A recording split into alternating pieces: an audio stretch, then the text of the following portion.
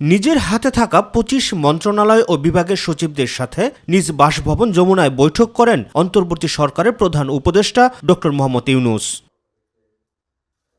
বেলা ১১:১৫ থেকে শুরু হয়ে বৈঠকটি চলে ১:১ পর্যন্ত। এ সময় বেশ কিছু নির্দেশনা দেন তিনি।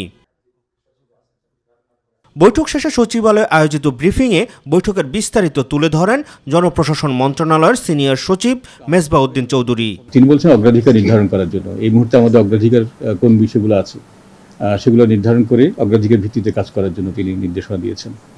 আর স্বচ্ছতা এবং এটা হচ্ছে সংবেদনশীলতার সাথে কাজ করা, এটাকে গুরুত্ব দেওয়ার জন্য তিনি নির্দেশনা দিয়েছেন, যাতে করে যারা যে মহৎ উদ্দেশ্য নিয়ে যে পরিবর্তন সেই উদ্দেশ্য সাধন হয় এবং উদ্দেশ্যকে আরও বেগবান করে সামনে এগিয়ে নিয়ে যাওয়া যায়, সেই বিষয়ে তিনি নির্দেশনা দিয়েছেন। এবং কত জরুরি বিষয় আছে, যেমন সার আছে, খাদ্য আছে, বিদ্যুৎ, জ্বালানি, বন্দর এবং রেল, এই সকল বিষয়গুলোকে দ্রুত ফাংশনাল করার জন্য তিনি নির্দেশনা দিয়েছেন। জরুরি বিষয়গুলো ৭ দিনের মধ্যে উপস্থাপন করতে বৈঠকে প্রধান উপদেষ্টার নির্দেশনার কথা জানান তিনি। যেগুলো জরুরি এই মুহূর্তে আছে, একটা ৭ দিনের মতো একটা বিষয় আছে, যে ৭ দিনের মধ্যে যতগুলো বেশি জরুরি আছে, যেগুলো ওনার কাছে উপস্থাপন করার মতো, যেগুলো উপস্থাপন করতেই হবে, সেই বিষয়গুলো ওনাকে সরাসরি যেন উপস্থাপন করা হয়।